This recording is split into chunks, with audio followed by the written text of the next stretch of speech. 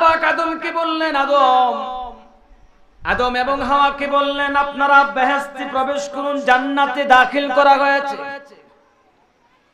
জান্নাতের মধ্যে যত নিয়ামত রয়েছে সব কিছু আপনারা ভক্ষণ করবেন ইচ্ছে মতো, নির্দ্বিধায়, কোনো সমস্যা নাই। আমার এই নিয়ামতগুলি ভক্ষণ করবেন, কিন্তু খবরদার ওয়ালা তাকরাবা হাযিহিস শাজারাতা ফাতাকুনা মিনাজ জালিমিন। কিন্তু জান্নাতের একটা গাছ এখানে আছে, ওই গাছের ফলটা খাবেন না, তার ধারে কাছেও যাবেন না। ফাতাকুনা মিনাজ জালিমিন, যদি তার ধারে কাছে আপনারা যান তাহলে জালেমদের অন্তর্ভুক্ত হয়ে যাবে। এটা আল্লাহ পাকের আদেশ। কিন্তু শয়তান এদেরকে প্ররোচনায় ফেলে ওই নিষিদ্ধ গাছের ফল তাদেরকে খাওয়ার পর তাদের শরীর থেকে জান্নাতি পোশাকগুলা কি হয়ে গেছে, পড়ে গেছে। তখনই ওই সময় তাদের লজ্জাস্থানকে ঢাকতে গিয়ে 3 ফলের পাতাটা তারা পরেছিলেন। সুবহানাল্লাহ বলেন না। এই জন্য এই 3 ফলটা হচ্ছে জান্নাতি ফল। আল্লাহ রাসূল সাল্লাল্লাহু আলাইহি ওয়াসাল্লাম যখন সাহাবাদেরকে নিয়ে বললেন তোমরা এই ফলটা খাও, সবাই খেলেন। তখন বললেন জান্নাত থেকে যদি একটা ফল আসতো বলতো যে তোমরা 3 ফলটা খাও, কারণ এই 3 ফলটা কোন জায়গা থেকে? জান্নাত থেকে। সুবহানাল্লাহ বলেন না। আল্লাহ রাব্বুল আলামিন এই 3 ফলের কসম খেলেন। ওয়াজাইতুন, জাইতুন ফুলের কসম করলেন। জাইতুন একটা তৈল, যেটা আমরা অলিভ অয়েল বলি। 3 এবং জাইতুন ফল, ওয়া তুরি সিনিন, এবং সম্মানিত একটা তুর পাহাড়, যেখানে আল্লাহর নবী মুসা আলাইহিস সালাতু ওয়াস সালামের সঙ্গে আল্লাহর কথা হয়েছে। সুবহানাল্লাহ বলেন না। লম্বা আলোচনা। তাইলে ওয়া তুরি সিন, ওই সিনাই পাহাড়, তুর পাহাড়ের কসম করে বলেছে। তারপরে বলেছেন ওয়াহাদাল বালাদিল আমিন, প্রসিদ্ধ ওই মক্কা নগরীর কসম করেছেন, যেখানে নিরাপদ শহর। সুবহানাল্লাহ বলেন না। এই 4টা জিনিসের কসম করে আল্লাহ পাক শেষ ভাগে বলে দিয়েছেন লাকাদ খালাকনাল ইনসানা ফি আহসানি তাকওয়িম। আমি মানুষদেরকে সবচেয়ে সুন্দর আকৃতিতে সৃষ্টি করেছি। 4টা ফলের কসম কাটার পর আল্লাহ পাক এই ঘোষণা দিয়েছেন, কারণ জানে আমার বান্দারা কসমকে সবচেয়ে ভালোবাসে। যখন একটা কথা বলা হয় আমি এই জিনিসটা খাবো না একরকম, কিন্তু যখন বলে আল্লাহর কসম বললাম এই জিনিসটা আমি খাবো না, তখন এই খাবো না এটার প্রতি আল্লাহ পাকের কসম করার কারণে এর মর্যাদা বেড়ে যায়। ঠিক কিনা বলেন? মানে শিওর হয়ে যায়। আমরা কি করি? শিওর হয়ে যায় যে কসম করেছেন, তাহলে এই কাজটা সে কখনো করবে না। আল্লাহ পাক জানে যে আমার শেষ জামানার ওই বান্দাগুলো কসমকে সবচেয়ে বেশি পছন্দ করে, যার কারণে আমি দুনিয়ার কোন নরমালি জায়গার সে কসম করে নাই। প্রসিদ্ধ 4টা এই জিনিসের দামি সবচেয়ে জিনিস, 4টা জিনিসের কসম করেছি আমি। এই 4টা জিনিসের কসম করে বলি পৃথিবীর জমিনে সবচেয়ে সুন্দর করে আকৃতি দিয়ে আমি মানুষকে তৈরি করেছি। জোরে বলেন সুবহানাল্লাহ। তাহলে আজকে আমরা কালো একজন মানুষ দেখলে বলি ওরে আল্লাহ কি মাটি দিয়ে বানাইছে, কিভাবে বানাইছে, আসলে পেশোটা তো বোঝা যাচ্ছে না, এমন কালোর কালো। আমরা বলি কি বলি না বলেন? আল্লাহ পাক তো আপনার পছন্দে আল্লাহ আপনাকে বানাইছেন। আল্লাহ পাক যেভাবে আমাকে পছন্দ করেছে ঠিক সেভাবে আল্লাহ তৈরি করেছেন। শুধু আমার রাসূলকে রাসূল যেভাবে চেয়েছেন আল্লাহ তাকে সেভাবে তৈরি করেছেন। সুবহানাল্লাহ। এরপরে মধ্যে বলা হলো সুম্মা রাদাদনাহু আসফালা সাফিলিন। এই সুন্দর আকৃতির মানুষগুলোকে আমি আল্লাহ রাব্বুল আলামিন যেমন সর্বশ্রেষ্ঠ সর্বসুন্দর বলে আমি যাদেরকে তৈরি করেছি, যেমনি বলেছি এই আয়াত দ্বারা আবার বলেছেন এই মানুষগুলোকে আমি সর্বনিম্ন থেকে নিম্ন শ্রেণীর মধ্যে আমি আল্লাহ পাক তাদেরকে ফেলে দিব। প্রশংসা করলেন কে? বলেন কে প্রশংসা করেছে? আল্লাহ আমাদেরকে সুন্দর করে সৃষ্টি করেছেন, আবার সবচেয়ে নিকৃষ্টতম নিকৃষ্ট থেকে নিকৃষ্ট পর্যন্ত পৌঁছায় দেয় কে? বালহুম আদাল্লু, যে কিছু এক জাতি মানুষ রয়েছে যারা চতুষ্প্রদ, ওই নিকৃষ্ট প্রাণীর চেয়ে নিকৃষ্ট। আছে না বলেন? দুনিয়াতে এখন আছে কিনা নাই? যারা কোরআনের সেই বাণীগুলোর বিপক্ষে, যারা কোরআনের এই বিভিন্ন মাজলিসগুলোকে বাধা দিচ্ছেন, ওরা হচ্ছে সর্বনিকৃষ্ট জাতি। ঠিক কিনা বলেন? তাহলে এখন আছে না নাই? তাহলে আমাদের প্রশংসা করলেন কে? আল্লাহ পাক আমার ডাক দিয়ে বলেন, কিন্তু তারা না, ইল্লাল্লাযীনা আমানু ওয়া আমিলুস সলিহাতি ফালাহুম আজরুন গায়রু মামনুন। কিন্তু ওই সকল মানুষ না যারা ঈমান আনবে, সুবহানাল্লাহ, নেক আমল করবে, আমলে সলিহা করবে। সূরা আসরের মধ্যে আল্লাহ পাক বলেছেন, ওয়াল আসর, সময়ের কসম, ইন্নাল ইনসানা লাফি খুসর, নিশ্চয়ই মানুষগুলি ক্ষতিগ্রস্তের মধ্যে রয়েছে। কিন্তু 4 গুণ বিশিষ্টওয়ালা মানুষ, তারা কোনোদিন ক্ষতিগ্রস্তের মধ্যে নয়। ইল্লাল্লাযীনা আমানু ওয়া আমিলুস সলিহাত ওয়া তাওয়াসাউ বিল হাক্কি ওয়া তাওয়াসাউ বিস সবর। 4 বিশিষ্ট গুণ বিশিষ্ট মানুষ, এরা কোনোদিন ক্ষতিগ্রস্তের মধ্যে হবে না। এই সূরা তিনের মধ্যে আল্লাহ পাক বলেছেন, ইল্লাল্লাযীনা আমানু ওয়া আমিলুস সলিহাত ফালাহুম আজরুন গায়রু মামনুন। এই আয়াত দ্বারা বলেছেন, শুধুমাত্র যারা ঈমান আনবে, নেক আমল করবে, এরা কখনোই কোনোদিন এরা নিম্ন স্তরে যাবে না, এদের পদমর্যাদা আল্লাহ বাড়ায় দিবেন। এরা অবশ্যই অবশ্যই আল্লাহর পক্ষ থেকে তারা পুরস্কার প্রাপ্ত। কেমন পুরস্কার প্রাপ্ত হবে? আপনার বয়স 60 বছর, আপনার বয়স 70 বছর, গায়ের মধ্যে আপনার জোর নাই, আছে গায়ের মধ্যে কোনো জোর নাই, অসহায় অবস্থায় পড়ে আছেন। যুবক বয়সে আপনার ওই যুবক বয়সে যখন আপনার শক্তি ছিল, আপনার সামর্থ্য ছিল, আপনি নামাজ পড়েছেন, পড়েন নাই বলেন? আল্লাহর ইবাদত করেছেন। নামাজের কারণে, ইবাদতের কারণে আল্লাহ আপনাকে, যখন বৃদ্ধ অবস্থায় আপনি চলে আসবেন, আল্লাহ রাব্বুল আলামিন তখন বলবে ফেরেশতারা, রে আমার এই বান্দার 70 বছর বয়স হয়ে গেছে, বান্দা এখন ওই যুবক বয়সে, যখন যৌবন বয়সে দাঁড়ায় নামাজ পড়তেন, এখন নামাজ পড়তে পারে না। তার যৌবন বয়সের ইবাদতের উপরে আমি আল্লাহ সন্তুষ্ট রয়েছি। যাও ওই যৌবন বয়সের ইবাদতের সেই সওয়াবখানা, ওই যোহরের নামাজটা আদায় করেছে, তার যোহরের সেই নেক আমল তার আমল নামায় সাপ্লাই করে দাও। আরো জোরে বলুন সুবহানাল্লাহ। দেখছেন না আপনি আল্লাহ পাক কি বলছেন? যে আমার এই বান্দা যুবক বয়সে সে আমল করত, রাতের বেলা দাঁড়াইয়া তাহাজ্জুদের নামাজগুলো আদায় করেছে।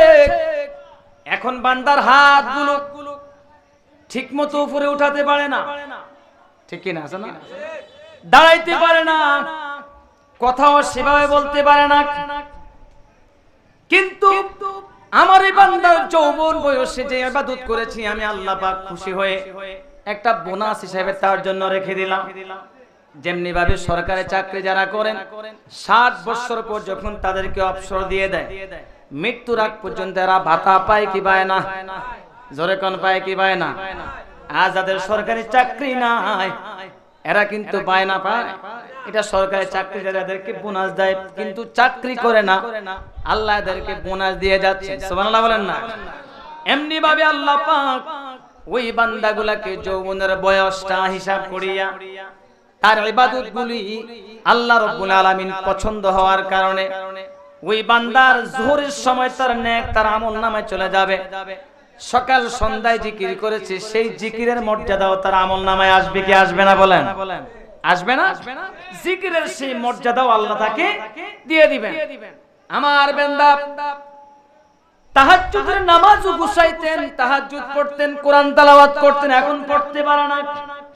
তাহাজ্জুদের সময়ে ওই নেক আমল তার আমল নামায় দেওয়া হয়। কিন্তু যারা নেক আমল করবে না, ঈমান আনবে না, আল্লাহকে বুঝবে না, চিনবে না, ওই ব্যক্তিদের উপরে আল্লাহ পাকের কোনো দায়বদ্ধতা নাই। এই জন্য বলেছেন একটা দলকে আমি নিম্ন থেকে নিম্ন স্তর পর্যন্ত তাদেরকে পৌঁছায়া দিব। এটা হচ্ছে আল্লাহ পাকের হুকুম যে আমি আল্লাহ তাদেরকে বৃদ্ধ বয়সে, আমি আল্লাহ বৃদ্ধ বয়সেও তাদেরকে, তারা এখন কথা বলতে পারে না, কথা 10টা বললে 9টায় ভুল, চোখে দেখতে গেলে 10 টাকা জায়গায় 20 টাকা দেখে, এরকম আছে না নাই? 10 মিনিট হাঁটতে গেলে এরপরে আসতে হাঁপায়া যায়। আল্লাহ বলছেন আমার ওই বান্দাগুলাকে সিলেক্ট করো, এগুলাকে তোমরা সরকারি চাকরির মতো অবসর ভাতা তাদেরকে দেওয়া আরম্ভ করো। প্রত্যেক দিন যুবক বয়সে সে যে আমলটা করতো ওই টাইম মোতাবেক তার আমল নামায় সে নেক পৌঁছায় দেওয়া হয়। সুবহানাল্লাহ। এখন আমাদের এই মুরব্বি হওয়ার পরে কিন্তু বোনাস আছে। আপনি নামাজ পড়লেন 4 রাকাত, তার মধ্যে 3 রাকাত পড়লেন না 2 রাকাত পড়লেন, কিন্তু বুঝতে পারে না, ভুল হয়ে যায় না? আল্লাহ বলছে আমার বান্দা যে আমার দিকে তাকায়, আমার দিকে আমাকে সিজদা করতেছে, এটাই যথেষ্ট, তার আমলনামায় পুরো নামাজের নেক লিখে দাও। জোরে বলুন সুবহানাল্লাহ। তাহলে এখন এই বৃদ্ধ বয়স হলেও কোনো ভয় নাই, নেক দিবেন কে? জোরে বলুন কে দিবে?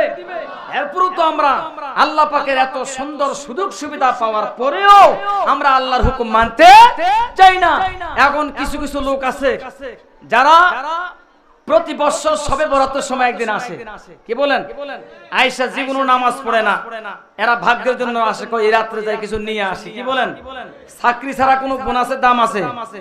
পাবেন? তাহলে বোনাসের জন্য আসে। সবে বরাতে কি দেওয়া হবে? বোনাস। মোটামুটি মাগরিবের পরে একদম মসলা নিয়ে সবার সামনে মুয়াজ্জিন যে বই বই জায়গাও নাই, এরকম এক ধরনের আছে না নাই? ইমাম সাহেব যদি থাকতো, জায়গা নির্ধারণ না থাকতো, ইমাম সাহেব বলতে বানব দেয়, মানে এতটা সময় সারা রাত পর্যন্ত থাইকা তারপরে সকালে ঘুম দেয়, দিনের 8টা বাজে নয়, একদম 2টা বাজে উঠে আবার আগের মতো সুরাত। এই ব্যক্তি যে আশায় গেছে বোনাসের জন্য, আল্লাহ দিবে? দিবে কখনো? কারণ যার চাকরি নাই তার বোনাসও।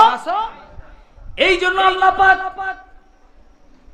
সমস্ত মানুষদেরকে আল্লাহ ডাক দেয়া বলে, বান্দারে আমি তোমাদেরকে সুন্দর সূরাতে এবং সম্মানও দিয়েছি। ওয়ালাকাদ কাররামনা বানি আদম, আমি আল্লাহ বানি আদমকে আমি আল্লাহ সবচেয়ে বেশি সম্মানিত করেছি। আপনি দেখেন দুনিয়ার জমিনে একটা হাতি, কত বড় একটা হাতি, বলেন তো মানুষ কি হাতির উপরে ওঠে নাকি হাতি মানুষের উপরে? মানুষ হাতির উপরে, বিশাল আকারের একটা হাতির উপরে মাথার মধ্যে ছোট্ট একটা মানুষ বসে, মাথার মধ্যে একটু হালকা বাড়ি দিয়ে বলে র র, ডান দিকে ডান দিকে, বাম দিকে বাম দিকে, ইশারায় চলে। আর হাতি মনে মনে বলে, এরে আমার মনিব, শুধু আল্লাহ পাক আমার জবানটা বন্ধ করে দিয়েছে, তোমরা শ্রেষ্ঠ আল্লাহ ঘোষণা দিয়েছে, এই কারণে তোমাদেরকে সম্মান করি। আল্লাহ বলেছে খবরদার আমার বান্দাকে কোনোদিন কষ্ট দিবা না, নতুবা আমার সুর দিয়ে তোমাকে ফালায় একটা ছাড় দিতাম, জীবনের জন্য শেষ হয়ে যেতে। আপনি স্থলভাগে যান, সেখানেও রাজত্ব মানুষের, বিশাল বড় তিমি মাছ, লাল তিমি আছে, নীল তিমি, নীল তিমির উপরে বিশাল বড় বড় 5-7টা হাতি এমনি দাঁড়াইতে পারে পিঠে, এত বড় তিমি। সুবহানাল্লাহ বলতেন না? বলেন তো রাজত্ব কার? বলেন কার? জলপথে এবং স্থলপথে রাজত্ব একমাত্র কার? জোরে কোন কার? আল্লাহ। তাহলে এই মানুষগুলোকে আল্লাহ এত সুন্দর সূরাতে আল্লাহ পাক সৃষ্টি করেছেন, সুন্দর সূরাতে সৃষ্টি করার পরেও আমরা কেন আজ আল্লাহকে ভুলে নিজের ইচ্ছে মতো কাজ করছি? দিন যত যাচ্ছে ইসলাম যেন আমাদের কাছ থেকে দূর হয়ে যাচ্ছে, ঠিক না বলেন?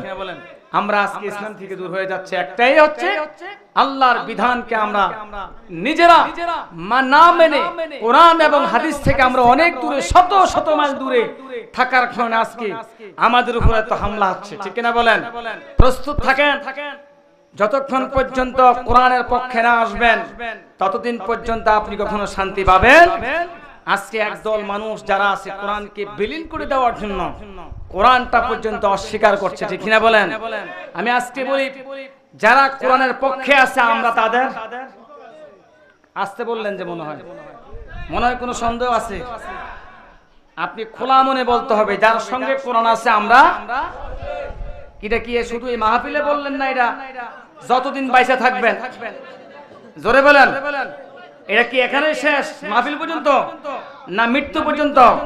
যার সঙ্গে কোরআন আছে আমরা তার সঙ্গে আছি, যার সঙ্গে কোরআন নাই, যাদের সঙ্গে কোরআন নাই আমরা তাদের সঙ্গেও।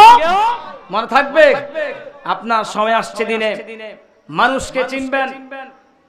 আজকে এই মাহফিলে দেখেন আমার একজন উস্তাদ মাওলানা হেদায়েতুল্লাহ সাহেব, যদিও ওনার নামটা দরকার ছিল উপরে, আমি হুজুরের জন্য দোয়া করি আল্লাহ পাক হুজুরকে আল্লাহ পাক হায়াত নেক হায়াতের মধ্যে ওনার বরকত দেখ, হায়াতের মধ্যে বরকত দেখ, আমরা বলি আমিন। আজকের এই কোরআনের মানুষগুলি যারা কোরআন নিয়ে দিক বিদিক কোরআনের দাওয়াতগুলি মানুষদেরকে পৌঁছে দেওয়ার চেষ্টা করছেন, আরেক দল শয়তান আমাদেরকে বিপক্ষে নেওয়ার চেষ্টা করছে, আছে না নাই? আল্লাহ আপনাকে দুইটা জিনিস চক্ষু দিয়েছেন, দুইটা কান দিয়েছেন, বুঝার মতো আল্লাহ জ্ঞান দিয়েছেন। আপনি আগে বুঝুন, আপনি আগে শুনুন, আগে দেখেন আমার সামনে কি এসেছে। একটা স্বর্ণকার দোকানে যখন যান, এই স্বর্ণটা নিয়ে আপনি বিভিন্ন স্বর্ণের দোকানে গিয়ে যাচাই বাছাই করে আরো কত ভেবে চিনতে এরপর আপনি স্বর্ণ ক্রয় করেন। এই মেধা আপনাকে দিয়েছেন কে? জমিন কিনতে যান, জমিনের দলিলটা কি ঝাল না কোনো ডুপ্লিকেট না কোনো প্রতারণামূলক? আপনি কয়েকজন মোহরির সঙ্গে কথা বলে আপনার এই 1% জমিনটাকে ক্রয় করার কত কিছু করেন আপনি। আর যেখানে আপনি একা আল্লাহ পাক একজন শ্রেষ্ঠ গোলাম হিসেবে বানিয়েছেন, আপনাকে ওই কোরআনটাকে বোঝার জন্য আল্লাহ সেই জ্ঞানও দিয়েছেন, আপনার সামনে বলার পরেও কোনোদিন আমি আর আপনি এটাকে চিন্তা করি নাই যে আমার সামনে কোরআনের শব্দটা আসছে, কেন আসছে একটু ভেবে দেখি। দেখছি কখনো? আসুন আল্লাহর কাছে আপনাকে জবাবদিহি করতে হবে। আল্লাহ কোরআন দিয়ে বলেছে যে আমি সবথেকে সুন্দর আকৃতির সৃষ্টি করেছি আমি মানুষদেরকে। কাকে বলেন? আবার বলছেন এই মানুষদেরকে আমি আল্লাহ নিম্ন থেকে, অর্থাৎ অপমান থেকে একবারে নিম্ন শ্রেণী পর্যন্ত তাকে পৌঁছায় দিব। তাও করবেন কে? যারা কোরআন হাদিসের সঙ্গে আছে তাদের সম্মান মর্যাদা বাড়ায় দিবেন কে? জরুরন কে? এই জন্য আমি আপনাদেরকে বলি আল্লাহ পাক যেন আমাদের অবশ্যই আমাদের মনের সকল পরিবর্তন ঘটিয়ে আল্লাহ পাক যেন কোরআনের সিরাজ কায়েমের জন্য আল্লাহ পাক আমাদেরকে সেই তৌফিক দান করে, আমরা বলি আমিন। এটা জিকির করেন লা ইলাহা